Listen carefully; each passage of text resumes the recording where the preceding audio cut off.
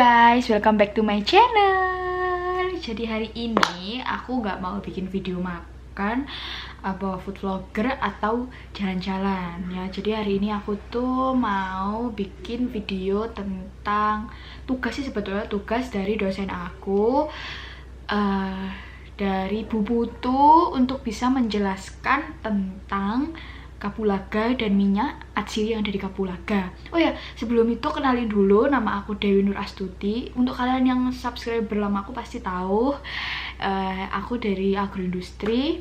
Sekarang aku mau menjelaskan tentang minyak atsiri dari kapulaga dan juga kapulaga itu sendiri. Oke. Jadi teman-teman, kapulaga itu sejenis apa sih? Aku sendiri juga kurang familiar karena aku sendiri juga baru tahu waktu beli kapulaganya itu. Jadi kita lihat ya, kapulaga itu sebenarnya apa sih? Kapulaga itu jenis rempah asal India yang memiliki rasa gurih dan sedikit manis. Rempah ini sering digunakan sebagai penguat rasa dan aroma masakan. Kapulaga mengandung mangan, kalsium, dan kalium. Jadi kapulaga itu bentuknya gini guys, sampai aku tuh beli ya kayak gini. Ini mungkin dalamnya kayak gimana aku kurang tahu, cuma kita coba aja buka ya. Iya, bawahnya kayak rempah gitu sih. Terus kita coba kayak buka gitu kan. Oh guys, jadi dalamnya itu dia warnanya tuh hitam. Mungkin ini ya yang diambil minyaknya, atau bisa disebut minyak kapulaga, mungkin ini. Tapi juga kurang tahu karena kayaknya sih iya. Nih guys, kelihatan gak sih? Coba ya. Coba. Ini kayak gini guys. Maaf ya, tuh agak ngeblur ya kayaknya. Tuh dia kayak hitam gitu, kayak gini. Terus dia tuh ada kulit gitu loh, kayak gimana, kulitnya tuh kayak kulit kacang gitu, cuma kulitnya tuh agak lebih tipis gitu sih, kayak gini. Kulitnya itu tipis tuh, kulitnya tipis. Terus dia tuh bentuknya kecil banget, cuma segini doang.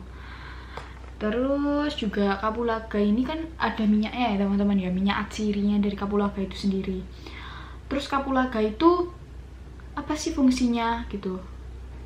Ya memang sebenarnya buat masakan ya teman-teman, karena memang kapulaga sendiri itu memang rempah gitu loh, memang rempah yang udah dari dulu tuh kayak seringnya sih digunain di India gitu sih. Oke, sekarang aku mau jelasin tentang minyak atsiri yang ada di kapulaga ya. Jadi kapulaga itu ada minyaknya, tuh bentuknya kayak gini. Ini tuh banyak banget, coba kelihatan nggak teman-teman?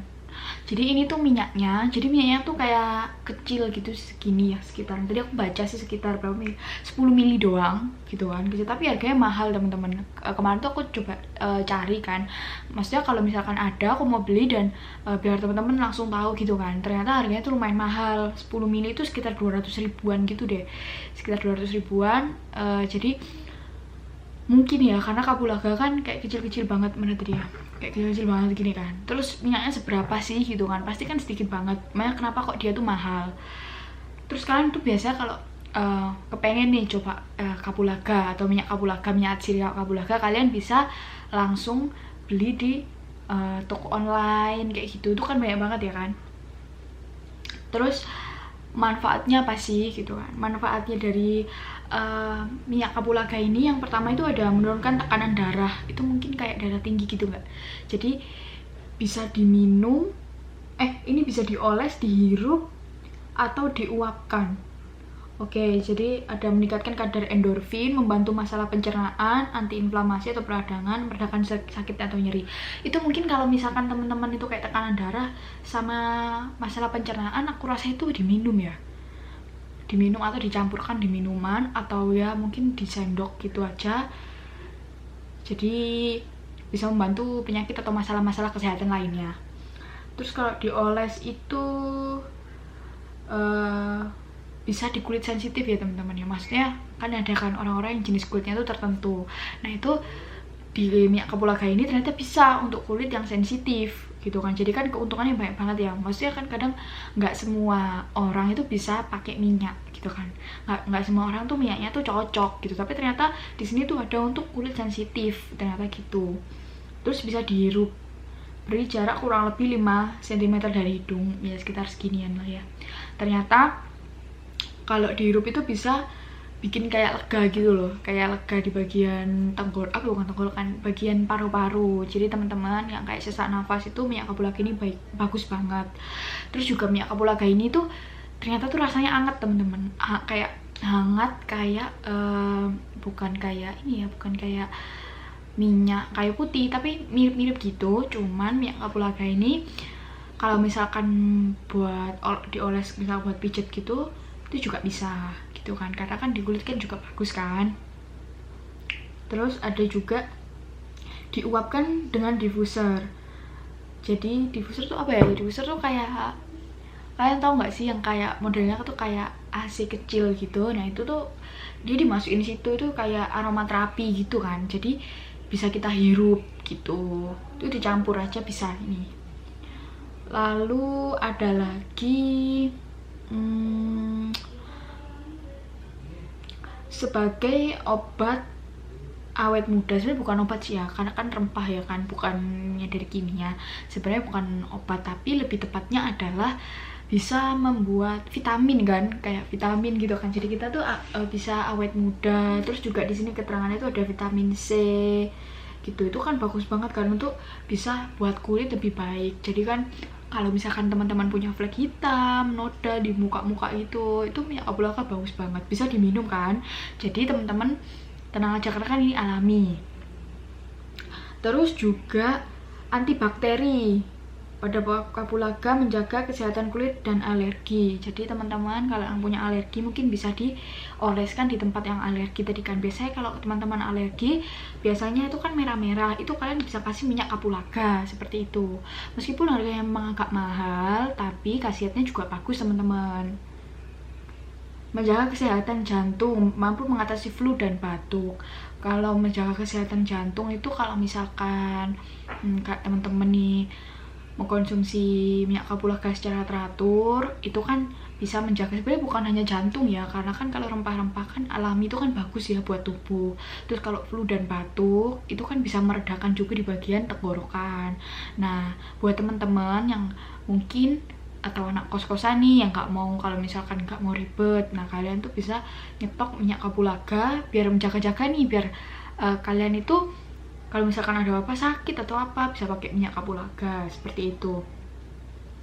Masih banyak lagi teman-teman, ada bisa mengatasi penyakit lambung. Maksudnya penyakit lambung itu teman-teman kalau misalkan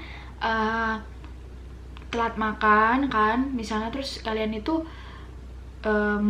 nah itu kan bisa bahaya juga ya teman-teman. Kalau mahnya terlalu terlalu over kan bisa menyebabkan hal-hal yang tidak diinginkan. Nah kalian bisa antisipasi dengan minyak kapulaga ini. Lalu ada juga untuk kesehatan ginjal. Jadi teman-teman kan apalagi anak mahasiswa kan kadang kurang air minum gitu kan, kurang cairan dalam tubuh, itu kan bisa bikin ginjal kita kan nggak sehat ya. Jadi untuk teman-teman kalau misalkan kalian tuh minum air, kalau kalian memang ingin menjaga kesehatan ginjal, mungkin bisa dicampur dengan minyak kapulaga dengan air putih itu. Lalu minyak kapulaga ini bisa mencegah radikal bebas. Apalagi kita tahu ya kalau di Indonesia ini atau di kota besar lah ya, sebenarnya bukan di Indonesia semuanya, tapi di kota besar polusi itu kan banyak banget. Apalagi di Surabaya gitu kan, kayak teman-teman tuh kan sering dari kecapean, terus habis itu kena polusi, kena radikal. Kadang teman-teman kurang menghiraukan akan hal tersebut.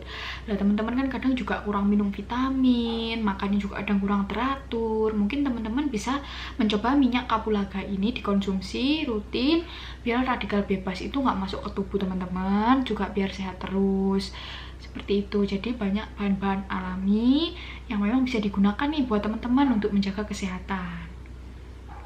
Itu aja tips dari aku, semoga bermanfaat. Jangan lupa like, comment, subscribe.